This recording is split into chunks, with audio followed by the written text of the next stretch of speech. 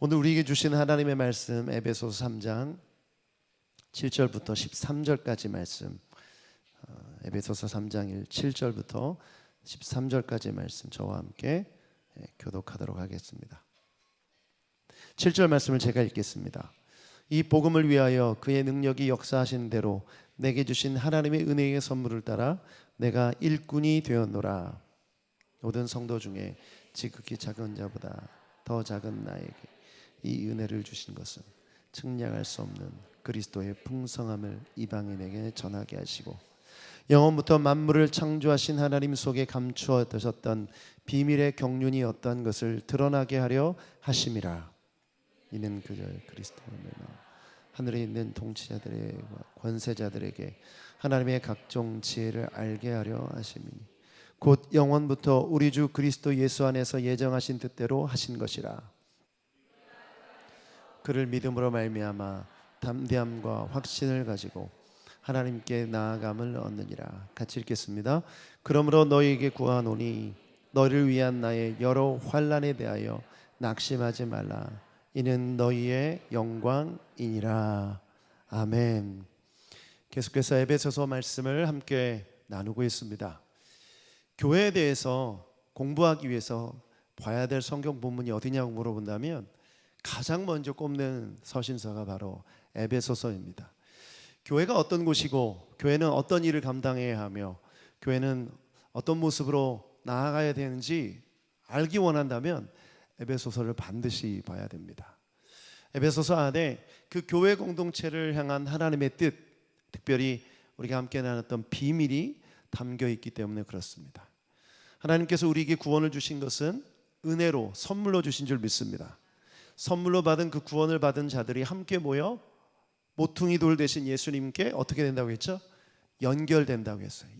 연결되어서 어떻게? 하나님의 성전으로 지어져 간다. 우리가 함께 모여 그리스도를 통하여 연결되어 하나님의 성전으로 지어갈 때 우리 가운데 하나님의 영광, 하나님의 나라가 임하는 줄 믿습니다. 그래서 성도의 공동체 안에, 성도의 교회 안에 하나님의 영광이 있고 그 공동체 안에 믿지 않는 자들이 올 때 하나님을 믿게 되고 하나님을 만나게 되는 역사가 있는 줄 믿습니다.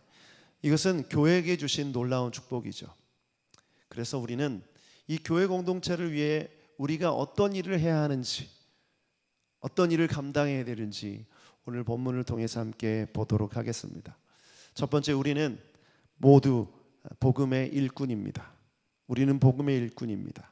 7절부터 9절 다시 한번 천천히 말씀을 읽어보도록 하겠습니다. 7절 시작. 이 복음을 위하여 그의 능력이 역사하시는 대로 내게 주신 하나님의 은혜의 선물을 따라 내가 일꾼이 되었노라. 모든 성도 중에 지극히 작은 자보다 더 작은 나에게 이 은혜를 주신 것은 측량할 수 없는 그리스도의 풍성함을 이방인에게 전하게 하시고 영원부터 만물을 창조하신 하나님 속에 감추어졌던 비밀의 경륜이 어떠한 것을 드러내게 하려 하심이라. 7절 말씀에 바울 사도는 자기 자신이 어떤 존재인가? 나는 일꾼이다. 그런데 무엇을 위한 일꾼이냐? 복음을 위한 일꾼이다 라고 고백합니다.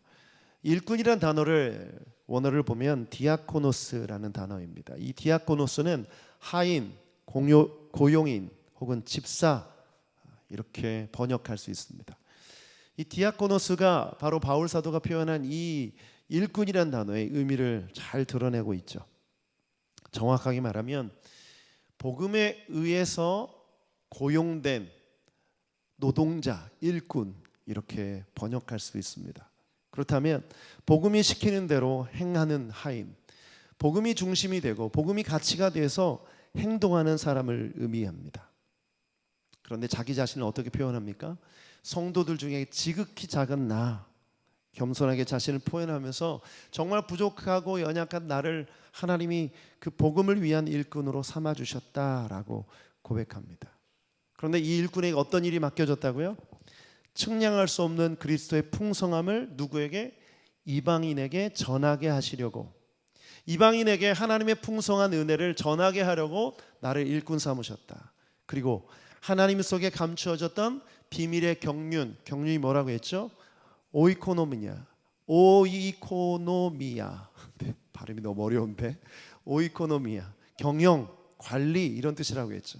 하나님의 경영, 하나님의 인도하심 가운데 그것을 드러내기 위해서 나를 일꾼, 고용인으로 삼으셨다라고 말하고 있습니다. 저는 이 바울의 고백이 우리의 고백이 되어야 될 줄 믿습니다. 우리는 그래서 그리스도의 일꾼인 줄 믿습니다. 제가 일꾼이라는 단어를 묵상하면서 일꾼이 가져야 될 자세가 무엇일까 생각해 봤어요. 일꾼이 가져야 될 자세, 저는 일꾼이 가져야 될 자세가 단순함이라고 생각합니다. 일꾼은 복잡하게 생각하면 안 돼요. 머릿속이 복잡하면 일꾼이 일꾼으로서 충성되이 그 일을 감당할 수가 없습니다. 저는 예전에 군대 가기 전에 돈을 좀 벌고 싶어서 아르바이트로 노동을 한 적이 있습니다. 일용직 근로자로 일을 한 적이 있는데 그때 제가 했던 일이 방수였어요. 방수. 이렇게 우리가 건물 안에 있지만 옥상에 가면 비가 오고 그러면 물이 새면 이 건물 전체에 물이 다 베이게 되고 물이 떨어지기 때문에 그 위를 코팅제를 바르는 그런 일들. 그리고 아파트 같은데 베란다에 가면 다 이 타일을 깔기 전에 밑에 방수제를 다 바르고 그 위에 타일을 깔게 되는데 그런 일들을 했습니다. 처음 이 방수 일을 하면서 그 첫날 굉장히 힘들었던 기억이 있어요. 왜 힘들었냐면 제가 일했던 공사 현장이 이렇게 큰 대로변에 오픈된 곳이었고 그 앞에 버스 정류장이 있었어요. 옆에는 또 아파트 단지들이 있었어요. 제가 노동자의 모습으로 처음 그 일을 시작했는데 생각이 복잡해지는 거예요. 제 눈에 저와 그 비슷한 또래 20대 초반이니까 벌써 25년 전이에요. 그 또래 애들이 이렇게 지나가면 왠지 모르게 눈을 마주치기 싫고 일하고 있는 제 모습이 너무 싫은 거예요. 그래서 머릿속에 야 오늘 빨리 이거 그냥 점심 먹고 그냥 그만두고 다른 일을 할까? 좀 이렇게 티나고 좀 멋있어 보이는 그런 아르바이트를 할까? 이런 생각이 하니까 일이 잘 안 되더라고요. 자꾸 실수하게 되고 시계만 보게 되고 시간이 왜 이렇게 안 가는지 너무 시간이 안 가더라고요. 아침 6시에 가서 저녁 6시까지 정말 시간이 길더라고요. 그런데 제 마음이 둘째 날부터 확 바뀌었어요. 왜 바뀌었냐면 일당을 받은 순간부터 바뀌었어요. 일당을 받았는데 그때 25년 전 돈으로 6만 원을 제가 받았어요. 보통 그때 이제 잡부라고 하죠. 그냥 아무 일이나 하는 잡부가 4만 원이었는데 제가 6만 원을 딱 받아들이는 순간 제 생각이 아주 단순해지더라고요. 이렇게 열심히 일하면 되겠구나. 그래서 군대 가기 전에 한 30일을 정말 열심히 일하고 정말 단순하게 썼어요. 그런데 이 30일 동안 일하는 그 내내 제가 버는 돈을 생각하니까 생각이 단순해지더라고요. 시간도 잘 가더라고요. 매일매일 그 받는 돈이 저한테는 큰 기준이 되었어요. 내가 열심히 일하면 돈을 받는다. 그 생각을 하니까 너무 좋더라고요. 그 전까지는 어머니 아버지에게 용돈을 받아 쓰다가 내가 돈을 번다고 생각하니까 좋더라고요. 그렇게 단순해지니까 일이 쉬워지고 재밌어지고 나름 그 십장이라고 하죠. 그 리더 되시는 분에게 칭찬받으면서 열심히 일했던 기억이 납니다. 그래서 저는 지금도 건물 옥상에 가면 예사롭지 않은 눈으로 쳐다봐요. 여기 방수를 해야 될 것 같은데 이런 생각도 하고. 제가 이 말씀을 드리는 이유는 뭐냐면 제가 이 일을 할 때 아르바이트를 할 때 이 돈이라는 가치 때문에 단순하게 생각하고 열심히 했던 것처럼 바울 사도가 내가 일꾼이다라고 고백한 것은 자기의 삶의 가치, 자기 삶의 결정의 기준이 복음이기 때문에 그것으로 인해 나는 단순하다는 겁니다. 하나님이 시키는 일을 그냥 열심히 할 뿐이라는 거예요. 이방인들에게 은혜를 전하라면 은혜를 전하고 복음을 전하기 위해 자기의 삶의 모든 부분들 복잡하게 생각하고 고민하는 부분들을 다 내려놓고 순종하고 나아가는 것이죠. 저는 그것이 복음을 맡은 자, 일꾼들이 할 일이라고 믿습니다. 우리가 그리스도인으로 산다는 것은 바로 우리 모두를 일꾼으로 하나님께서 부르셨다는 것을 의미합니다. 그런데 여러분 일꾼으로서 그 일을 행하지 않는다면 여러분은 일꾼된 자의 모습을 드러내고 있지 않은 것이죠. 그러면 어떻게 하는 것인가? 어떻게 해야 하는 것인가? 저는 8절 말씀을 통해 보는 것처럼 그리스도의 풍성함을 이방인에게 전하게 하시고 전하는 것. 그리고 9절에 보면 영원부터 만물을 창조하신 하나님 속에 감춰진 비밀의 경륜을 드러나게, 이 전하고 드러내는 것이 복음을 맡은 자들, 일꾼들이 해야 할 일인 줄 믿습니다. 구체적으로 전한다는 게 뭘까요? 여러분의 말 속에, 여러분의 대화 속에 그리스도의 복음이 있기를 축복합니다. 여성분들이 대화를 나누면 정말 밑도 끝도 없이 다양한 화제로 한 3-4시간 얘기하는 건 기본이죠. 그러니까 지금 남자들이 그 대화에 껴들기가 너무 힘든데, 저는 믿는 자들의 대화에는 반드시 여러분의 말 속에 복음이 있어야 된다고 믿습니다. 세상 사람들이 얘기하는 고민 다 얘기하고, 옷 얘기하고, 자녀 얘기하고, 돈 얘기하고, 세상 얘기 다 하고 나서 그냥 헤어지면 얼마나 허무해요. 여러분의 대화 속에 반드시 복음이 있기를 축복합니다. 예수 그리스도의 은혜가 고백되어지길 축복합니다. 그것이 전하는 것이죠. 두 번째, 드러내는 것은 무엇일까요? 여러분의 모습을 통해서 드러나는 것입니다. 저는 너무 종교적인 모습은 잘못됐다고 생각해요. 저 사람 너무 종교적인 것 같다, 그런 모습은 잘못됐지만, 그래도 그리스도인으로서 드러내야 될 모습, 기본적으로 여러분 식사기도 하는 그 시간, 그리고 말씀 읽는 시간, 여러분이 의도하든 의도하지 않든 내 삶의 모습을 통해서 다른 사람에게 그리스도인으로서 복음의 종된 자로서 그 모습이 드러나야 할 줄 믿습니다. 그런데 스파이같이 신앙생활하는 사람들이 있어요. 절대 내 신분을 드러내면 안 돼. 누구도 모르게, 세상 사람과 전혀 구분되지 않게 밥 먹고, 세상 사람과 전혀 구분되지 않게 살다가 일요일이 되면 교회에 오는 이런 모습은 일꾼된 자로서 진정한 모습이 아닌 줄 믿습니다. 여러분, 단순하게 사십시오. 기도할 때가 되면 기도하십시오. 너무 복잡하게 생각하지 마시고, 또 하나님에 대해서 말하고 싶으면 말하십시오. 그 말 속에 일꾼된 자에게 부어주신 하나님의 은혜가 있게 될 줄 믿습니다. 단순하게 시키는 대로 사시길 축복합니다. 말하는 대로 사시길 축복합니다. 목회자로서 언제가 가장 기쁘고 즐거운지 아세요? 목회자의 권면에 정말 단순하게 순종하시는 성도님들 보면 너무나 기뻐요. 제가 어떤 분에게 지난주에 금요일날 금요성령 집회 나오세요, 사실 저는 그분을 볼 때 그게 필요하다는 생각이 말씀드렸지만 사실 잊어버렸어요. 근데 그분이 오시더니 그러시는 거예요. 목사님 얘기하셔서 왔다고, 순종해서 왔다고. 근데 얼마나 이뻐 보이는지. 여러분, 다 이뻐 보입니다. 하나님 보실 때 어떤 일꾼이 이뻐 보이겠어요? 어떤 일꾼이 귀해 보이겠어요? 충성된 사자는 마치 주인의 마음을 시원케 하는데 한여름의 얼음 냉수 같은 존재다라고 잠언에 보면 나오잖아요. 여러분, 일꾼들은 주인의 마음을 시원케 하는 것이 존재의 목적인 줄 믿습니다. 그렇다면 여러분, 복음을 말하시길 축복합니다. 그렇다면 여러분, 복음을 드러내시길 축복합니다. 아멘. 두 번째, 교회는 지혜의 통로입니다. 10절부터 11절 두 구절 같이 읽어보겠습니다. 10절 시작.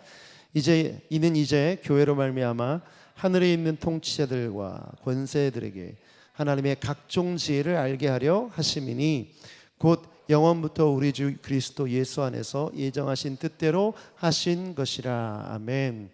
여기에 보니까 각종 지혜라는 단어가 나옵니다. 이 각종 지혜는 하나님께 속한 지혜를 의미합니다. 그런데 재미있는 것은 이 지혜를 교회를 통해서 알게 하신다는데, 누구에게? 여기 나오는 본문을 보면 10절에 하늘에 있는 통치자들과 권세자들에게. 제가 이 말씀을 보면서 하늘에 있는 통치자들과 권세자들이 누구인가 주석을 찾아보고 공부를 해보니까 바로 천사들을 의미합니다. 여러분, 하나님의 존재를 믿으시죠? 천사가 있습니까? 천사 있습니다. 그런데 너무나 재미있는 건 천사들도 하나님의 각종 지혜를 안다, 모른다? 모른다. 그런데 누구를 통해서 알게 하신다? 교회를 통해서 알게 하신다. 그 말씀이 3장 10절 말씀입니다. 하나님의 각종 지혜를 교회를 통해서 알게 하신다. 이 말씀의 의미가 뭘까요? 하나님께서 이 교회에게 하나님의 지혜를 드러내신다라는 것입니다. 놀랍지 않습니까, 여러분? 교회 안에 하나님의 지혜가 있다. 각종 지혜가 있다. 전 너무 놀랐어요. 우리 교회 가운데 이런 하나님의 지혜가 있는 줄 믿습니다. 그게 뭘까요? 좀 이따 나누기로 하고, 더 중요한 것은 그걸 알게 하는 대상이 중요한데, 여러분, 하늘에 있는 천사들도 모르는 지혜라면 이 땅에 있는 권세자들과 주관자들도 알까요? 모를까요? 세상 주관자들도, 세상 권세자들도 당연히 모릅니다. 천사들도 모르는데 어떻게 세상 권세자들이 알겠어요? 지금 이 땅에 일어나는 이 많은 모습들, 이 갈등과 이 어려움들은 하나님의 지혜 없이 다스리는 권세자들로 인한 문제라고 저는 생각합니다. 그렇다면 교회는 책임이 없을까요? 교회에도 동일하게 책임이 있다고 생각해요. 왜냐하면 하나님의 그 각종 지혜를 세상에게 알려줄 의무가 있는데 그 역할을 제대로 감당하지 못한 것이죠. 고린도 교회에 여러 가지 문제가 있었는데 그 중에 하나가 교인들 간에 다툼이 있었는데 이걸 세상 재판장에 가서 재판을 받은 일이 있었습니다. 그 일에 대해서 바울 사도가 굉장히 화를 내면서 말씀하고 있어요. 이 고린도전서 6장 1절부터 5절까지 좀 길지만 그래도 이 내용을 살펴보기 위해서 천천히 쉬운 성경 버전으로 같이 함께 읽어보도록 하겠습니다. 시작. 여러분 중에 어떤 사람이 다른 사람과 다툼이 있을 때 성도들에게 해결해 달라고 하지 않고 왜 그것을 세상 법정에 고소하려고 합니까? 여러분은 성도들이 세상을 심판한다는 사실을 알지 못합니까? 여러분은 세상을 심판해야 할 사람들인데 사소한 문제도 여러분이 직접 심판할 능력이 없단 말입니까? 우리가 천사들을 심판한다는 사실을 알지 못합니까? 하물며 이 세상의 사소한 일들이야 어떻겠습니까? 그런데 이런 일상적인 문제로 다툼이 일어날 때 여러분은 왜 교회에서 멸시하는 세상 사람들을 재판관으로 앉히는 것입니까? 나는 여러분을 부끄럽게 하려고 이 말을 하는 것입니다. 아니, 여러분 중에는 신자 간의 문제를 해결해 줄 만한 만큼 지혜로운 사람이 한 사람도 없단 말입니까? 제가 교단 이름을 밝힐 수가 없습니다. 한 교단의 총회장 선거하는데 불법 선거라는 이유로 서울지방고등법원에 고소한 사건이 있었어요. 그런데 이 사건에 대해서 판사가 판결문에 이렇게 판결문을 적었습니다. 제가 이 판결문을 읽는데 너무나 부끄러워서 숨고 싶더라고요. 이 판사님이 이 판결 내용을 이렇게 적었습니다. 제가 읽어드리겠습니다. 용서와 화해는 보편적인 가치일 뿐만 아니라 특히 기독교에서는 이를 강조하고 있는 것으로 알고 있는 바, 용서와 화해의 용서와 화해의 결을 차지 않고 세상 법정에서 시비를 가리려 든다면 스스로 절대자요 최후의 심판자인 신의 존재를 부인하는 것이 될 것이다. 이 다음이 중요해요. 결론적으로 기독교회로서는 모든 일을 모범적으로 처리함으로써 분쟁의 소지를 없애야 할 뿐더러 분쟁이 일어난 경우 신의 존재를 믿는다면 세속 법정으로 문제를 가져올 것이 아니라 용서와 화해의 정신으로 이를 처리해야 한다는 점을 밝혀두는 바이다. 누가 얘기한 거냐면 목사님이 한 얘기가 아니라 재판관이, 그것도 교단 총회장 선거가 불법임을 고소하는 고소인에게 이 고소를 기각하면서 발표했던 판결문의 내용입니다. 너무너무 부끄러워지더라고요. 이 판사가 믿는 분인지 아닌지는 잘 모르겠지만 이 판결 내용 안에 정말 중요한 부분을 이야기하고 있습니다. 신의 존재를 믿는다면 세속 법정으로 문제를 가져올 것이 아니라 용서와 화해의 정신으로 이를 처리해야 한다. 정말 부끄러운 일이죠. 고린도 교회에 일어났던 일이 현재에도 우리가 살고 있는 이 시대에도 일어났다는 것. 이것은 무엇을 의미합니까? 교회 공동체에 뭐가 없다? 하나님의 지혜가 없다. 하나님의 지혜로 하나님의 교회가 세워져야 되는데 하나님의 지혜가 교회에 없으니 성도 간에 다툼이 일어나고 분쟁이 일어날 때 세상 법정에 가서 재판을 받고 있는 모습이죠. 저는 우리 교회가 하나님의 지혜가 가득한 교회가 되길 축복합니다. 우리 안에 하나님의 말씀, 하나님의 지혜가 가득해서 세상이 우리를 통해서 그 지혜를 배우게 되는 역사가 있길 축복합니다. 그런데 여러분, 그러려면 어떻게 해야 될까요? 사사기 3장에 보면 가나안 땅 전쟁을 치르지 않았던 세대가 있었어요. 어떻게 보면 출애굽 이후에 3세대라고 할 수 있는데, 그 세대들은 하나님의 역사하심을 알지 못해요. 하나님이 어떤 분이신도 알지 못하고 그 능력으로 살아갈 생각도 하지 않아요. 그래서 그들 가운데 있는 이방 민족들과 결혼하고 그들이 섬기는 신을 섬기게 되면 점점 하나님으로부터 멀어집니다. 그러니 하나님의 말씀이 있겠습니까? 하나님의 지혜가 있겠습니까? 그들 안엔 오직 세상에서 말하는 세상의 지혜와 세상의 것들만 가득했던 것이죠. 솔로몬 왕, 지혜 왕이죠. 솔로몬이 하나님 앞에 지혜를 구했을 때 너무나 멋져 보였어요. 그런데 여러분, 솔로몬의 말년이 어떤지 아십니까? 그 지혜를 가지고 하나님의 지혜로 써야 되는데 1000명의 왕비를 거느립니다. 이 1000명의 왕비는 바로 외교적인 수단으로 정략 결혼을 해서 나타난 결과죠. 그런데 그 결과 어떻게 됩니까? 시집 온 왕비들이 그냥 온 것이 아니라 그들이 믿던 신을 그대로 가져와서 이스라엘에 엄청나게 많은 신이 존재하게 된 그런 결과를 가져오게 됩니다. 어떻게 지혜가 가득했던 솔로몬이 이렇게 되었을까? 여러분, 지혜는요, 공급원이 개인이 아니라, 인간이 아니라 하늘입니다. 솔로몬이 그 왕의 집권 초기에 지혜로 다스릴 수 있었던 것은 솔로몬이 잘나서가 아니라 하나님이 지혜를 주심인 줄 믿습니다. 그런데 나중에는 하나님으로부터 오는 지혜를 받지 않고 자기 생각으로, 자기 지식으로, 세상의 지식으로 나라를 다스렸기 때문에 그런 결과가 있었던 거죠. 여러분, 솔로몬 왕이 40년간 재위했는데 솔로몬 왕 이후에 어떤 일이 벌어지는지 아시죠? 르호보암 왕 때 왕국이 분열됩니다. 그리고 그들의 모습은 정말 하나님께서 기뻐하시지 않는 모습으로 나아가죠. 여러분, 하늘의 지혜, 하늘로부터 오는 지혜가 교회에 있을 때 이 교회는 하나님의 영원한 교회가 될 줄 믿습니다. 그렇다면 우리가 구하고 우리가 바라는 것이 뭘까요? 바로 하나님의 지혜는 십자가라고 믿습니다. 고린도전서 2장 7절부터 8절 같이 한번 읽어보겠습니다. 고린도전서 2장 7절부터 8절 시작. 우리가 말하는 지혜는 하나님의 비밀 가운데 있는 지혜입니다. 이것은 감춰졌던 것이며 하나님께서 우리의 영광을 위해 창조전에 미리 정하신 지혜입니다. 이 시대의 통치자 중 어느 누구도 이 지혜를 깨닫지 못했습니다. 그들이 깨달았다면 영광의 주님을 십자가에 못 박지 않았을 것입니다. 아멘. 하나님의 구원의 역사, 하나님의 복음의 역사를 모두가 알 수 있는 세상의 방법과 세상의 지식으로 이루셨다면 이 세상 지혜자들도, 이 세상 권세자들도 다 알았을 거예요. 그런데 하나님이 선택하신 방법은 모두가 알 수 있는 그런 지식적인 방법이 아니라 하나님의 비밀에 감추어져 있는 방법으로, 하나님의 지혜가 가득 찬 방법으로 행하셨습니다. 바로 어린 아기, 인간의 모습을 입고 독생자 예수 그리스도가 오셨고 그 예수 그리스도가 우리를 위해 십자가 달려 돌아가심으로 우리를 구원하셨습니다. 누가 이 방법을 하나님의 지혜라고 생각했겠어요?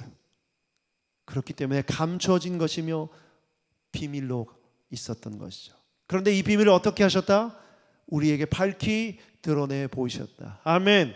그래서 여러분, 예수 그리스도를 믿는 것은 하나님의 지혜, 하나님의 비밀이 응축된, 압축된 그것을 우리가 영접하고 받아들인 것입니다. 그렇다면 우리가 전해야 될 세상의 지혜는 뭘까요? 세상적이지 않는 지혜, 성경적이고 하나님적인 지혜. 약할 때 곧 그때가 강함이고, 사람들은 높은 자리, 드러나는 자리 가기 원하지만 우리는 낮은 곳으로, 연약하고 어려운 자를 섬기고 세상이 주목하지 않는 곳에 우리의 마음을 드리고 우리의 삶을 드릴 때 그것이 바로 하나님의 지혜를 세상에 보여주는 것이라고 믿습니다. 그래서 우리 교회의 상징이 뭐예요? 십자가인 거죠.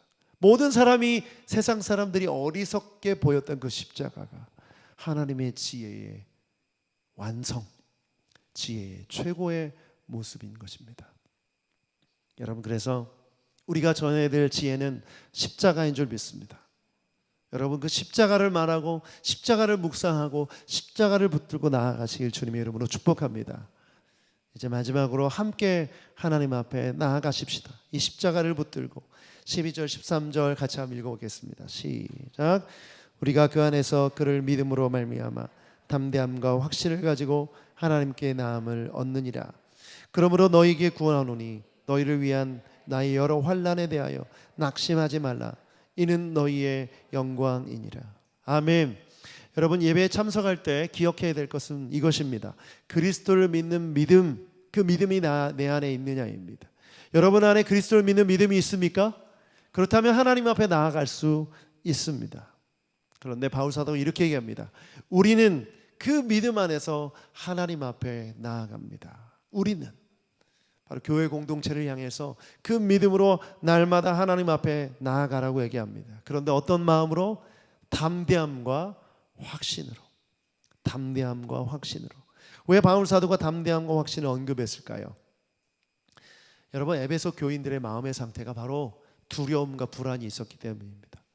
여러분 바울 사도가 지금 어디에서 에베소서를 쓴다고 말씀드렸죠? 감옥에서, 로마 감옥에서. 모든 초대 교회는요 바울의 존재가 절대적이었습니다. 예수님 다음으로 바울의 존재는 굉장히 절대적이었어요. 그런데 바울이 지금 감옥에 갇혔어요. 그렇다면 여러분 만약에 여러분이라면 어떻겠습니까? 제가 감옥에 갇혔다면 여러분 마음이 어떻겠어요? 두 다리 뻗고 잘 주무시겠어요? 고개를 끄덕이신 분이 계시면 어떡해요? 네. 잠이 잘 안 오죠. 에베소 교인이 그랬어요. 왜? 바울 사도가 영적 아버지였기 때문에. 절대적으로 그에게 의존하고 있었던 교회들은 두려울 수밖에 없었어요. 우리도 바울처럼 잡히는 게 아닌가? 우리도 바울처럼 고난을 당하는 것이 아닌가? 바울이 당한 환난을 보면서 두려웠던 거죠. 그들을 향해서 이렇게 말하는 거예요. 너희 안에 그리스도 안에 그리스도를 믿는 믿음이 있다면 괜찮다. 담대함과 확신을 가지고 하나님 앞에 나아가라 라고 권면하고 있는 것이죠. 여러분 그래서 우리가 신앙생활을 하면서 가장 경계해야 될 게 뭔지 아십니까? 낙심이에요. 낙심. 낙심이 뭐예요? 있는 그대로 표현하면 마음이 떨어지는 거죠. 마음이 뚝 떨어지는 거예요. 마음이 척 내려앉는 거죠. 여러분 신앙생활 하면서 내가 원하는 바, 내가 뜻하는 바가 되지 않을 때 우리는 낙심합니다. 그런데 이 낙심이 우리의 믿음까지도 흔들어서 하나님을 떠나게 만든다는 것이에요. 점점 하나님께 나아가는 것을 멀리하고 찬양하는 것을 멀리하고 말씀 읽고 기도하는 것을 멀리하게 만드는 것이 바로 여러분 가운데 있는 낙심입니다. 마귀는 그것을 너무나 잘 알아서 그 낙심을 통해서 우리를 시험하는 것이죠. 그래서 바울 사도가 그 낙심을 경계하라고 말하고 있어요. 여러분 엘리야 얼마나 놀라운 예언자입니까? 선지자죠. 850대 1로 싸워서 이겼어요. 그런데 이 엘리야가 어떻게 되는지 아십니까? 엘리야 열왕기상 19장 4절 같이 한번 읽어보겠습니다. 쉬운 성경을 읽어보죠. 시작. 엘리야는 하루 종일 광야로 걸어 들어갔습니다. 그러다가 한 로뎀나무 밑에 앉아서 하나님께 죽여달라고 기도했습니다. 여호와여 이제는 다 되었습니다. 내 목숨을 거두어 가십시오. 나는 내 조상들보다 나을 것이 없습니다. 여러분 그렇게 기도해 본 적 없으세요? 죽여주세요 주님. 날 좀 죽여달라고 얘기합니다. 왜 그랬을까요? 850명을 이길 때는요 의기양양했어요. 담대함과 확신이 가득 찼어요. 그런데 이세벨이 이 소식을 듣고 내가 24시간 안에 엘리야를 죽이고 말겠다라는 소식을 딱 듣는데 낙심이 된 거예요. 낙심이 돼서 어떻게 하는지 아십니까? 죽어라 도망을 갑니다. 여러분 이스라엘 지도를 이렇게 보면 요 밑에 지방이 광야, 이 사막으로 가는 길이에요. 제일 밑에 지방이 브엘세바인데 브엘세바까지 갑니다. 그런데 브엘세바에서 더 도망가서 광야로 가서 앉아요. 앉은 자리가 어디였다고요? 로뎀나무 아래에서. 거기서 죽여달라고 하는 것입니다. 엘리야의 마음 가운데 어떻게 이런 낙심이 찾아왔을까요? 여러분 엘리야의 모습이 바로 우리의 모습이라고 생각합니다. 하나님의 역사를 경험할 때는 막 성령 충만하고 의기양양하고 담대함과 확신이 있지만 누군가가 나를 죽이겠다고 누군가의 영적인 공격이 나에게 다가오고 내가 원하고 생각하던 일대로 진행되지 않을 때 우리는 바로 낙심하게 되고 불평하게 되고 두려움에 떨게 되는 것이죠. 오늘 여러분 혹시 낙심 가운데 있는 분 계십니까? 그런 분들이 계시다면 오늘 이 말씀에 주목하십시오. 바울 사도가 뭐라고 얘기합니까? 바로 예수 그리스도를 믿는 믿음, 그 믿음을 가지고 하나님께 나아가라고 권면하고 있습니다. 낙심 가운데 있는 성도분들이 계시다면 그리스도를 믿는 믿음을 붙드시길 축복합니다. 왜냐하면 그리스도가 어떤 분이세요? 예수님이 어떤 분이세요? 로마서 8장 38절부터 39절 읽어보죠. 시작. 나는 확신합니다. 죽음도 삶도 천사들도 권세자들도 현재일도 장래일도 능력도 높음도 깊음도 그 밖에 어떤 피조물도 우리 주 예수 그리스도 안에 있는 하나님의 사랑에서 끊을 수 없습니다. 아멘. 나는 확신합니다. 바울 사도의 고백. 감옥에 있을지라도 그리스도의 사랑에서 나를 끊을 수 없습니다. 그 어떤 것도 로마의 황제 그 어떤 권세자들도 나를 그리스도의 사랑에서 끊을 수 없습니다. 여러분의 있는 경제적인 위기도 그리스도의 사랑에서 끊을 수 없는 줄 확신합니다. 여러분 안에 있는 세상에 대한 두려움도 미래에 대한 두려움도 그리스도의 사랑에서 끊을 수 없는 것인 줄 믿습니다. 여러분 믿음의 삶은 그런 것이에요.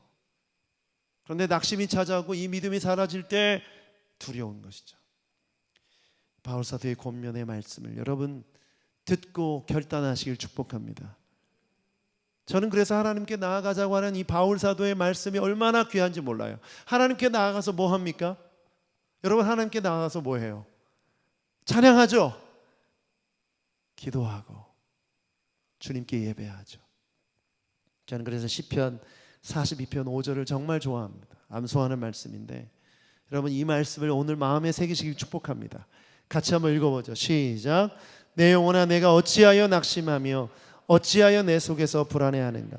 너는 하나님께 소망을 두라. 그가 나타나 도우심으로 말미암아 내가 여전히 찬송하리로다. 소망을 어디에 두라고요? 하나님께. 우리가 변하는 세상의 조건에 소망을 둘 때 우리는 낙심하고 두려워할 수밖에 없습니다. 그러나 변하지 않는 것에 소망을 두면 전혀 변하지 않기 때문에 우리의 소망 또한 변하지 않는 줄 믿습니다. 여러분이 의지하는 돈, 그 통장 잔고는 줄었다가도 늘었다가도 항상 변하지 않습니까?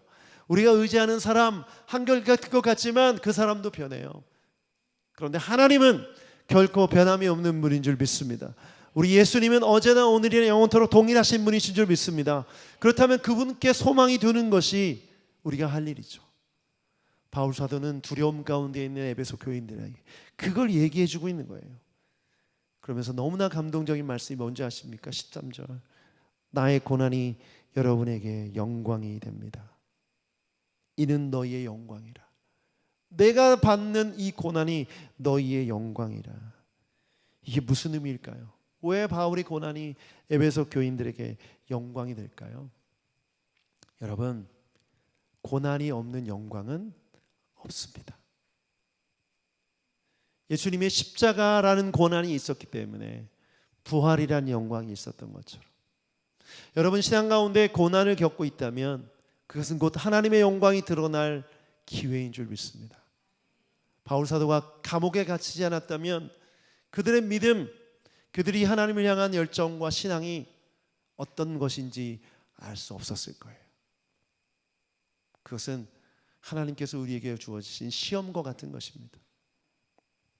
하나님이 우리 안에 시험이 있는지를 보기 원하시는 거예요. 믿음이 있는지를 보기 원하시는 거예요. 그래서 우리에게 고난을 허락하시고 우리에게 위기를 허락하시는 것입니다. 그렇다면 그 순간 우리가 해야 할 일이 뭘까요? 장차 우리가 받게 될 영광을 바라보는 것입니다. 장차 우리가 받게 될 영광. 저는 개인적으로 저에게 적용해 봤어요. 제가 여러분에게 이런 말을 할 수 있는 목회자가 됐으면 좋겠다. 제가 복음의 일꾼으로서 복음 때문에 고난을 받게 되어서 내 고난이 사랑하는 새누리교회 성도 여러분에게 영광이 됩니다라고 말할 수 있었으면 좋겠다. 저는 이런 고백을 여러분 앞에 드리게 되기를 원합니다. 여러분 그것을 위해 기도해 주십시오. 그리고 그 길을, 그 고난의 길을 따라가고 싶어요. 그래서 하나님 앞에 영광을 돌리고 싶고 여러분에게도 영광이 되고 싶습니다. 그렇다면 여러분 기억하십시오. 여러분의 고난은 누군가에게 하나님의 영광을 드러낼 통로가 되는 것인 줄 믿습니다. 그래서 고난 가운데 찬송하십시오. 고난 가운데 기뻐하시고 고난 가운데 찬양하시고 예배하십시오. 놀라운 하나님의 영광이 나타날 줄 믿습니다. 사랑하는 여러분, 우리 모두를 이제 복음의 일꾼으로 부르셨습니다.